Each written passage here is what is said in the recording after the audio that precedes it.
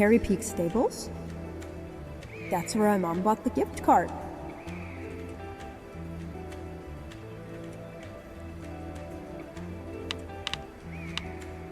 How to arrive at Cherry Peak. Bus 75 takes you from the university to Cherry Peak in 10 minutes. I should go check it out.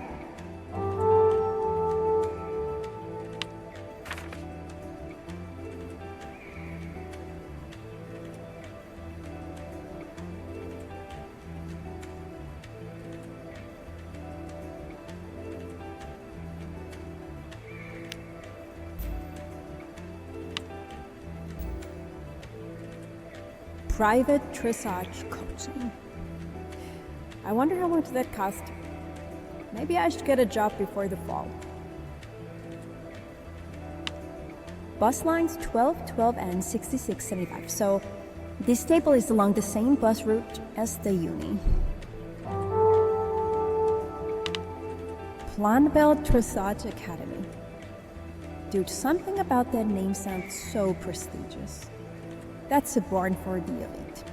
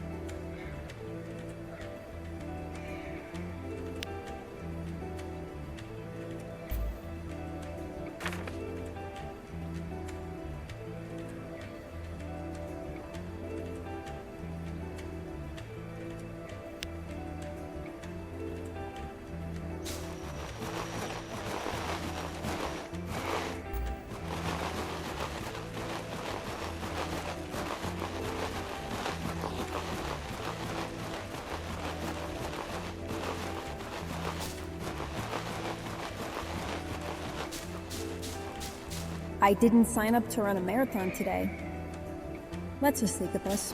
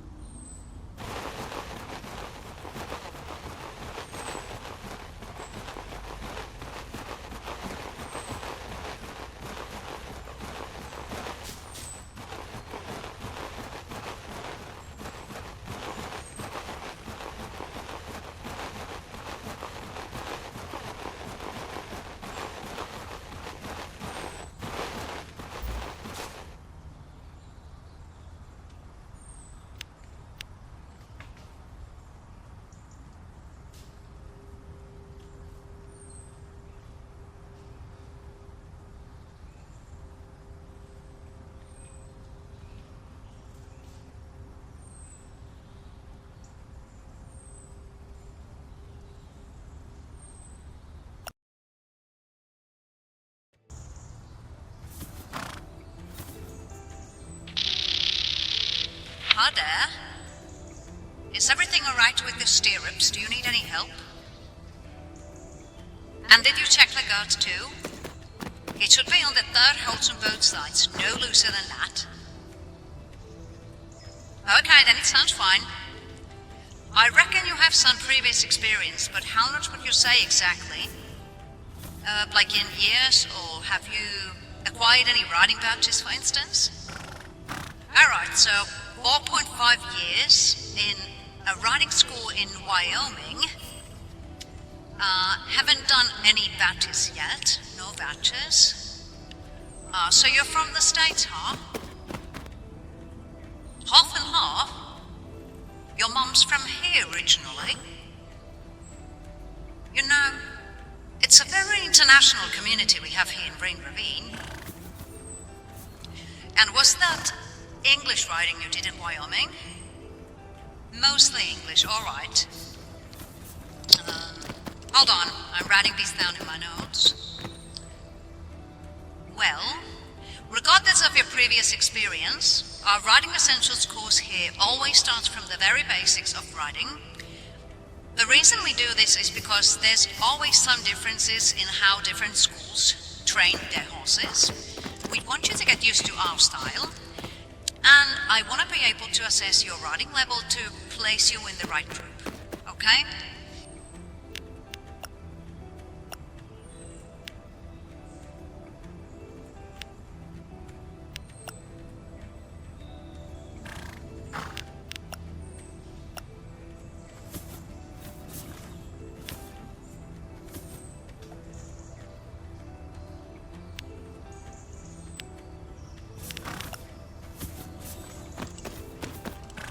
I haven't seen you here before, so I'm assuming this is your first time here. Is that correct? Yeah, that's what I thought. In that case, I should probably introduce myself a bit to you. My name's Paula. I'm a senior riding coach here at Cherry Peak. I mainly teach flat work, and I have an FHS coach certification, if that says anything to you. FHS, in case you don't know, is the Federation of Horsepots. They do operate in the States too, but might be more prominent here in Europe. Sorry, one more question. I forgot to double check your name. I have your name listed in my papers as Avani Prasad, is that correct? Ava for short. Okay, I'm writing that down too. Nice to meet you, Ava. I think this is enough of the blabbering. We should stop now because the clock is ticking. What are the 3 riding aids that you host response to? Legs, reins, and seat.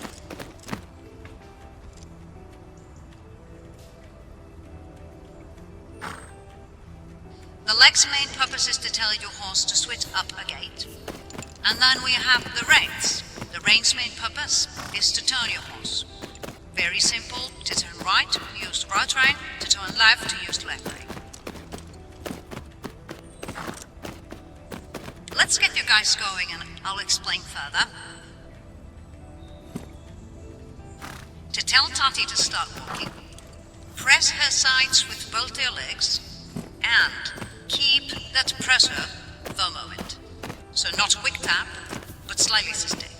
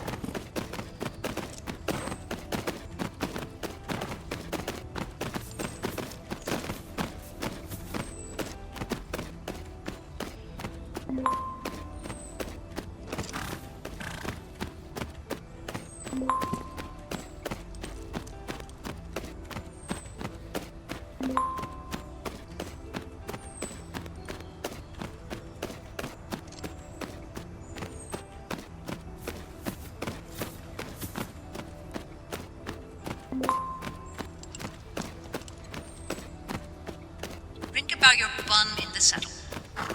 Right now, you should be able to feel your seat bones evenly in the saddle under you. By moving this weight in the saddle, you control Tati's gait's length, or in other words, you make her go faster or slower within the gate she's in. The restricting seat aid is also used to switch down the gates. So it's not like a car where you'd have to also switch down gears. You only need to switch up, in a sense, with your legs. But down, just hold. Let's practice this next.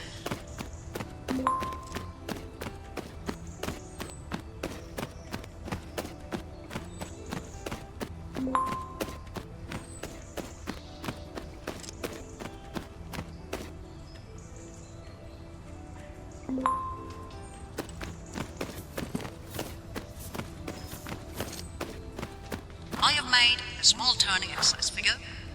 In this exercise, I want to see Tati in active walk with some length in the stride.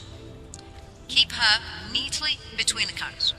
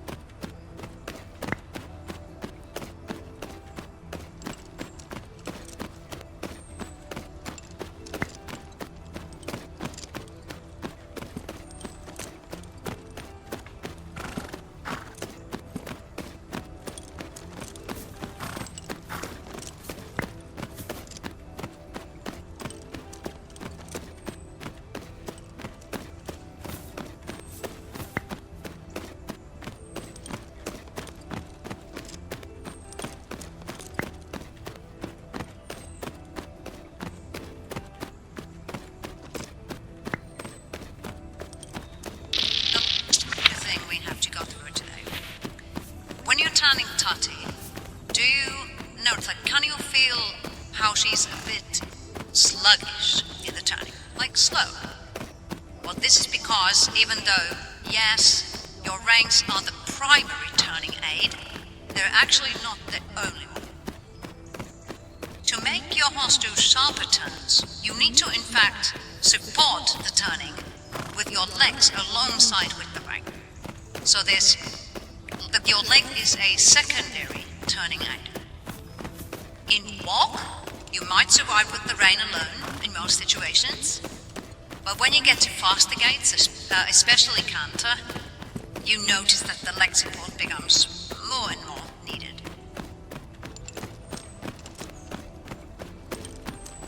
This is what riding's all about. It's about using your aids in harmony with each other.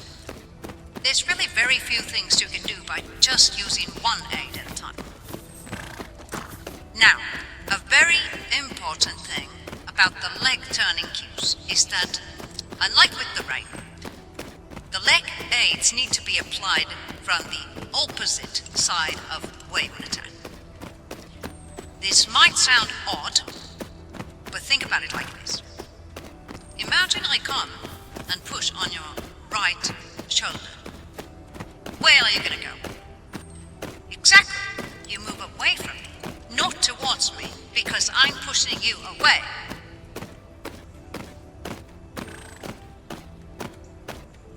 So this is the logic with which we train horses to respond to unilaterally applied cues on their side. Unilaterally just means it's a fancy word for one-sided, applied only from one side. My coach in the 80s used to use fancy words like this, so it stuck with me. Sorry, too much blabbering again. Let's continue. Let's practice the options now.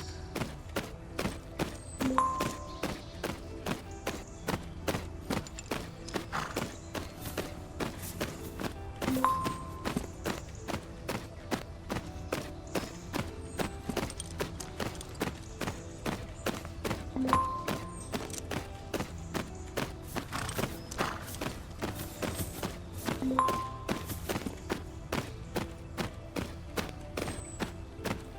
with the rein and opposite leg simultaneously can take some time to get used to if you previously went to a barn where there wasn't taught properly.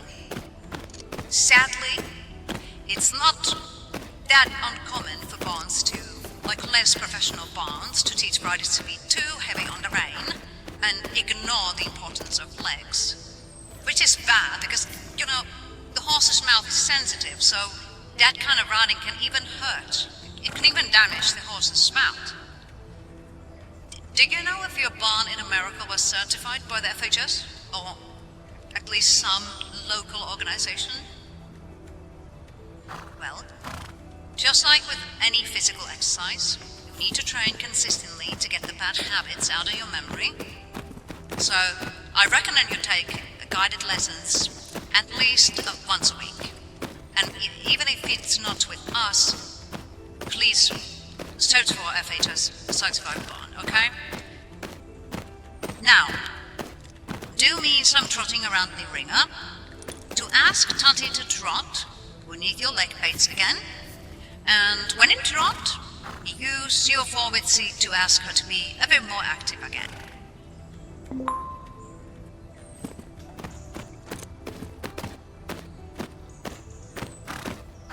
Honestly, your posting in the trot is looking pretty nice. I made you a new turning exercise, this time in trot, and in this one you will have to use both the rein and the leg in some of the more tighter turns.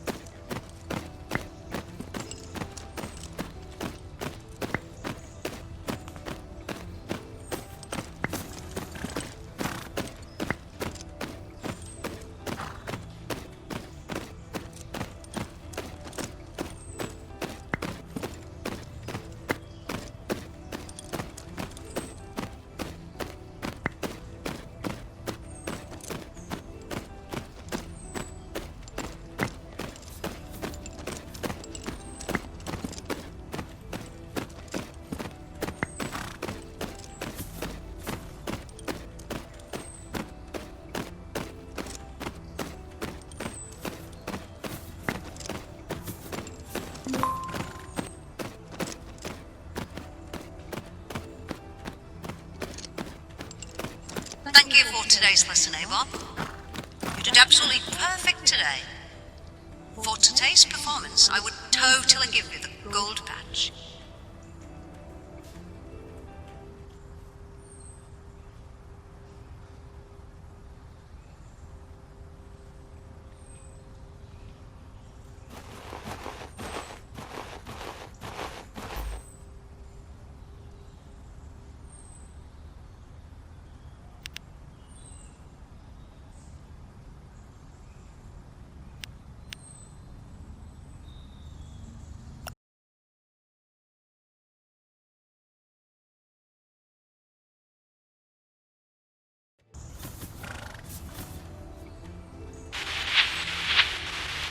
Hi there, Geneva.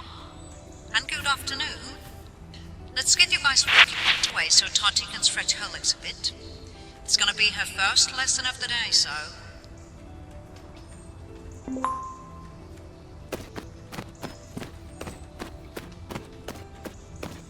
I thought you and Tati fit well together the last time, so I decided to put you on her again.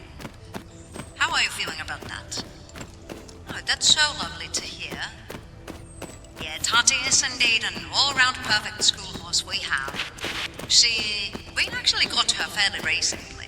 Yeah, she's only been with us for like 6 months, I think. And since she's only 9, I have a feeling she's gonna be with us for a long time.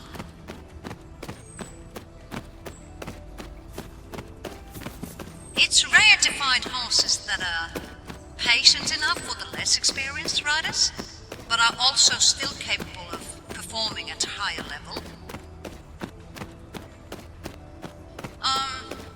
Tati's at around level 4 in dressage, I think. Level 4 includes things like lateral movements in all gaits, flying changes in canter, for instance. And then in show thumping, I think she's done 110 course max. That's in centimeters, of course. Sorry, I don't know the American measurements that well. And with cross-country jumps, we are currently getting her used to those. It's been going quite well too. She's a brave girl. She's not too easily spooked by, water or something silly like that.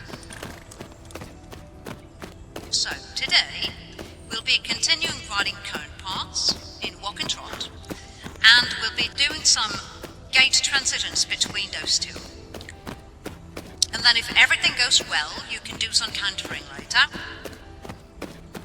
Let's start by trotting around the arena first. And while you do that, I'll be building you something with these cards, okay?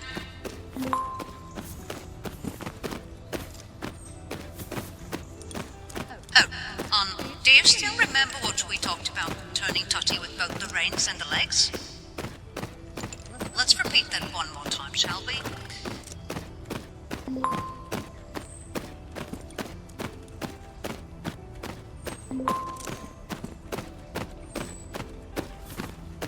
The shape I made you is a large 8 figure, the number 8 shaped figure.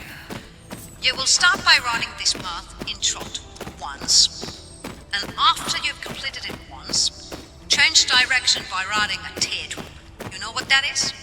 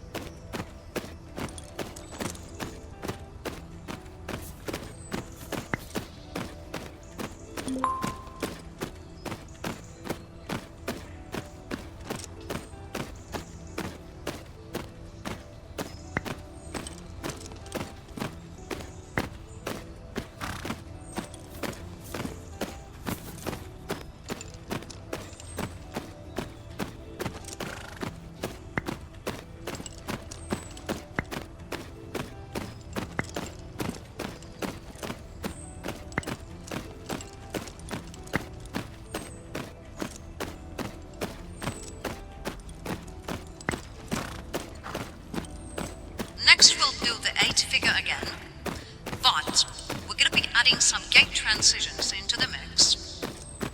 When you ride the 8 figure path again, cross the checkpoints along the center line in walk, and the other checkpoints, the ones further to the sides, in trot. So it's about every other checkpoint in walk, every other one in trot.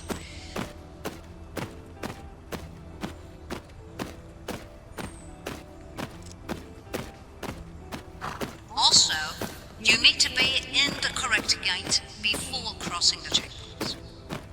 The distance between the checkpoints is long, so you have a lot of time to figure out the transitions in between, okay?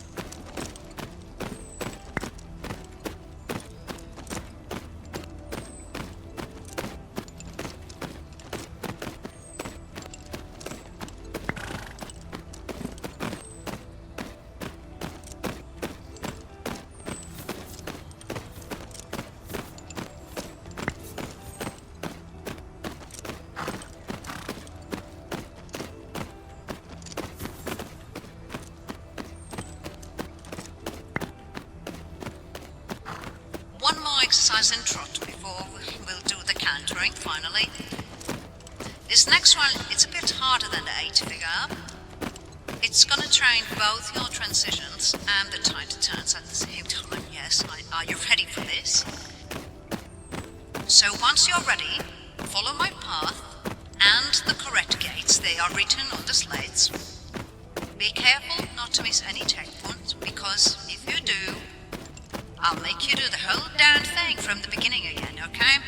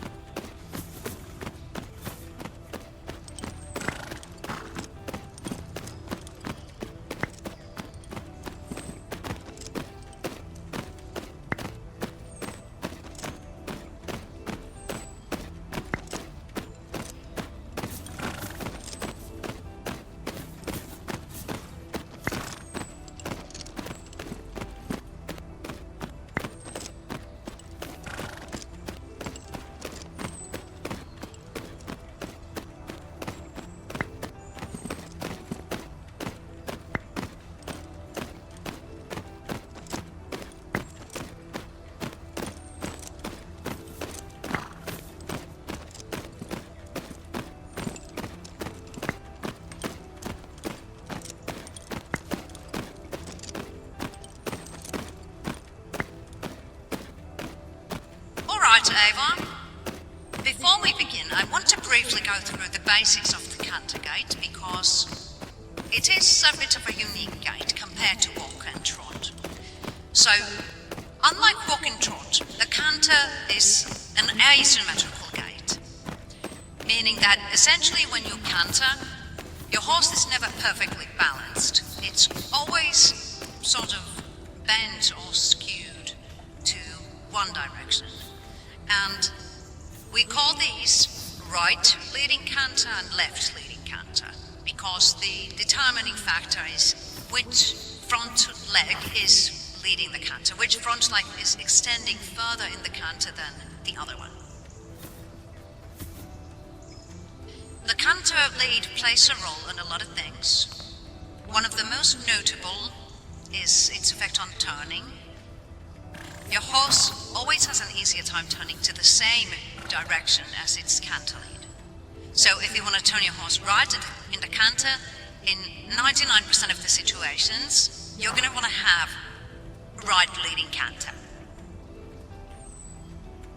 Now, with all this being said, you don't need to worry about the canter leads too much yet.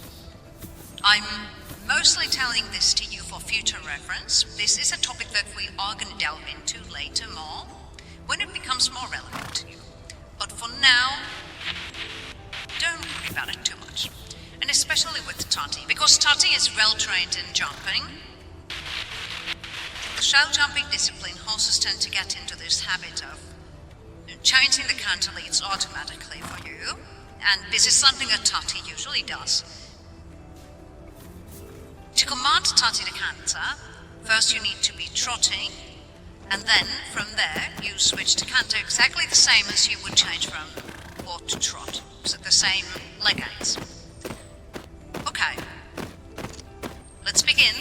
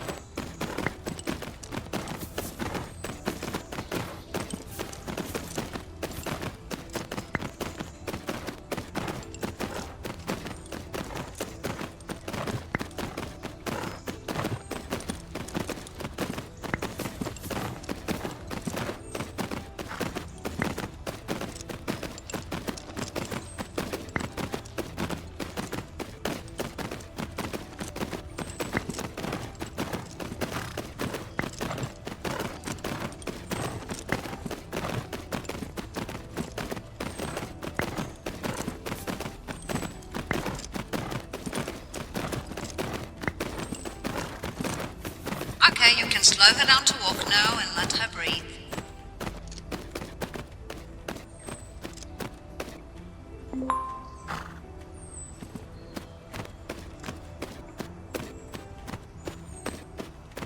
Thank you for today's lesson, Abel. You did absolutely perfect today. For today's performance, I would totally give you the gold badge.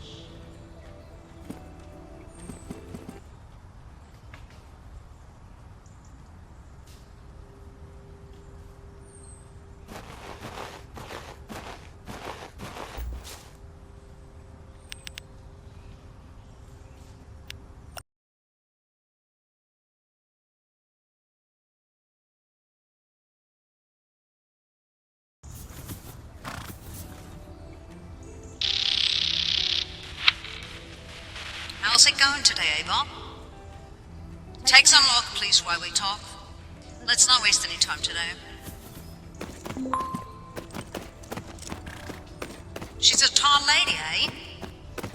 I've had Pip brought a parachute if you fancy a soft landing. So Blaze is my older Venter mare. I tried making her brood mare after she retired from eventing, but it's kind of failed. Yeah, she kept rejecting all the stallions I tried. Kinda like her owner, I suppose.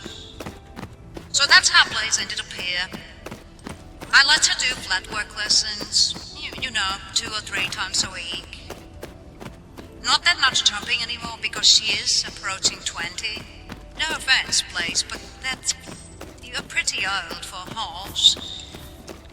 Though, she does still love the cross-country as much as she used to. So occasionally we do take her to the eventing grounds, just for, you know, a mental health jump. Trot for me now, please. This old lady needs a lot of warm-up.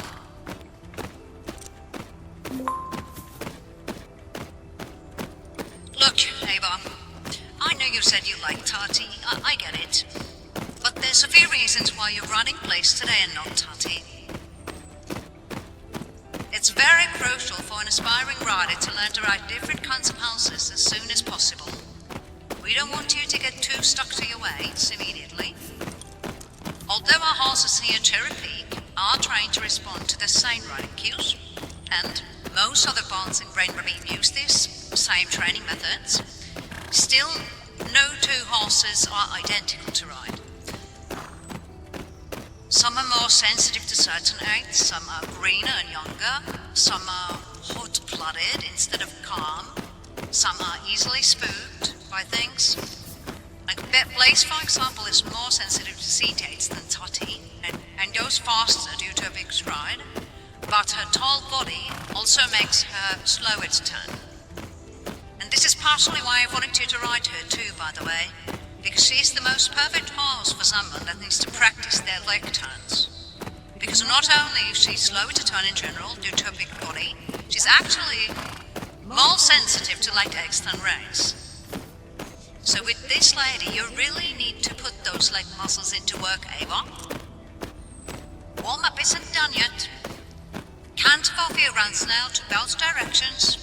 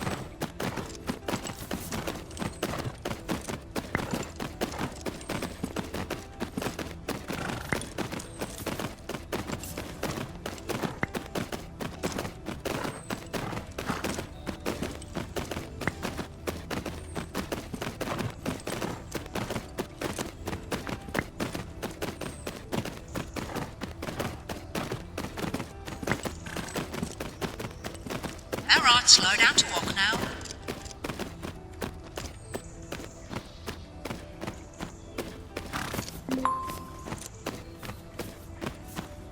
Today we start our exercises by riding some stops. Do you still remember how to stop your horse?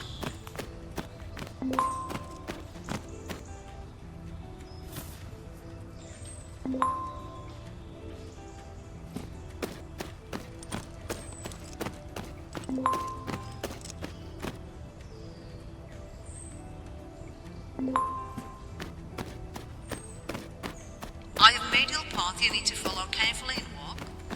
Stop at all the checkpoints that have a stop sign, and you should aim at the checkpoint being in between places front and hind legs when you are stopped. That's the most ideal stop point. Blaze stops quite quickly with the seat aids, as you may have noticed.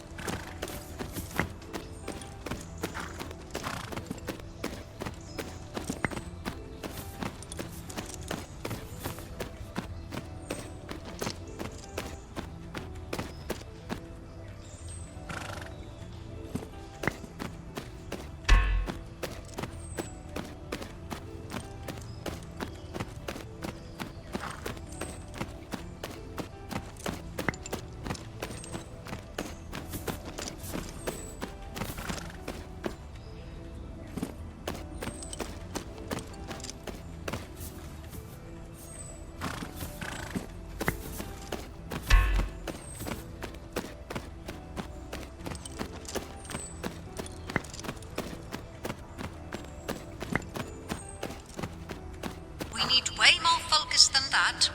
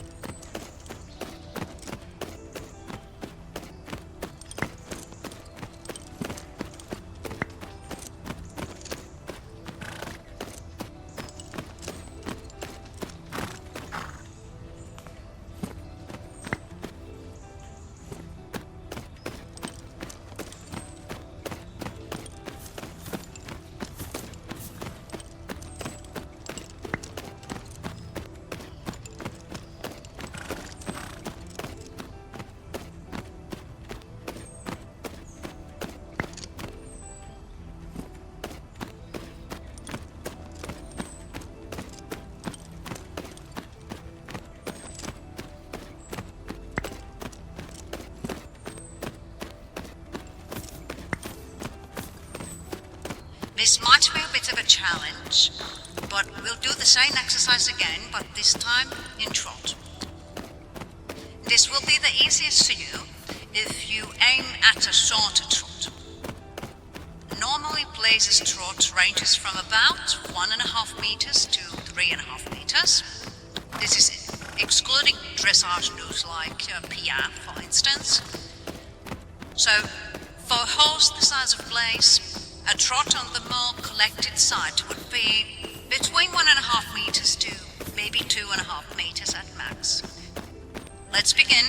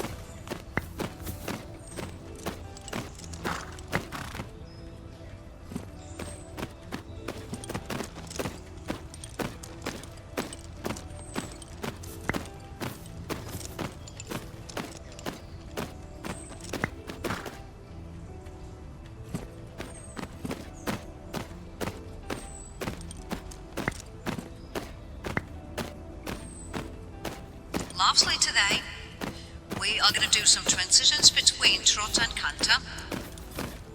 We're going to start by you taking a few rounds of canter on your own again, and I'm going to be building us our last exercise path.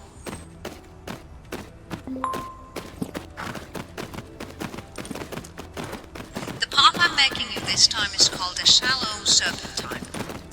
If you've ever ridden dressage, you should have heard about this figure before. I don't know if you have. You're going to do the shallow serpentine on both sides of the arena in canter. And even though this path is quite gentle, you still need to use your leg aids to turn Blaze in canter. Okay?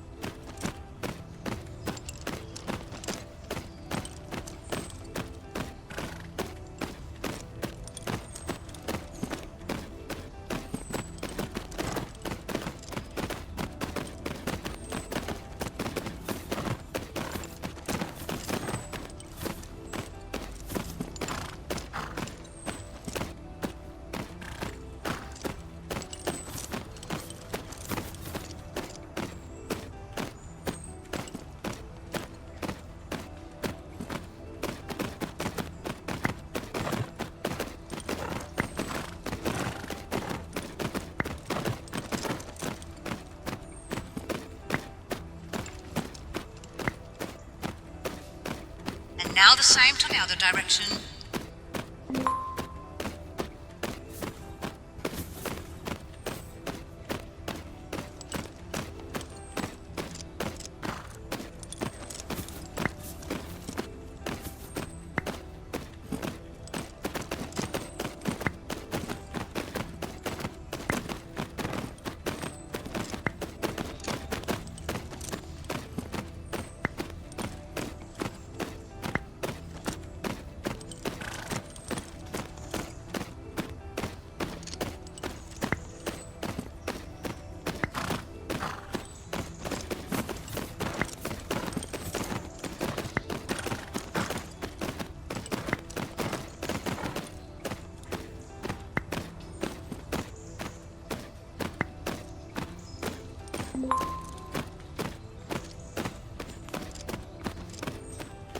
So, Ava, this has been your last lesson of the Writing Essentials course here with us. How have you been feeling about all of this? You find some things difficult, but overall, you're still feeling positive, right? I try to be an encouraging teacher, yet still precise. And I hope you've been making a cozy barn here at Cherry Peak. If you want to continue with us, I know we talked about you not having too much extra money to spare. Understandable for someone your age. But I should tell you that recently we have started a new program that lets trusted students rent our writing school passes on the days that they are working less. And because this is solo writing without any instructor, it is quite significantly cheaper than normal writing lessons. So if this is something you would be interested in, I can give you permission to rent both Tati and Blaze if you wish. The other horses, since I haven't seen you ride any of the other horses yet, I cannot give you permission for those, but so Tati and Blaze for now. Both horses might not be available every day, because the availability of horses depends on your lesson schedules and the facilities. On some days you might only have this arena available, and on some days only the jumping arena. The eventing grounds are usually always open, if nothing else. Great work today, Ava. Today's writing was definitely worth a silver patch.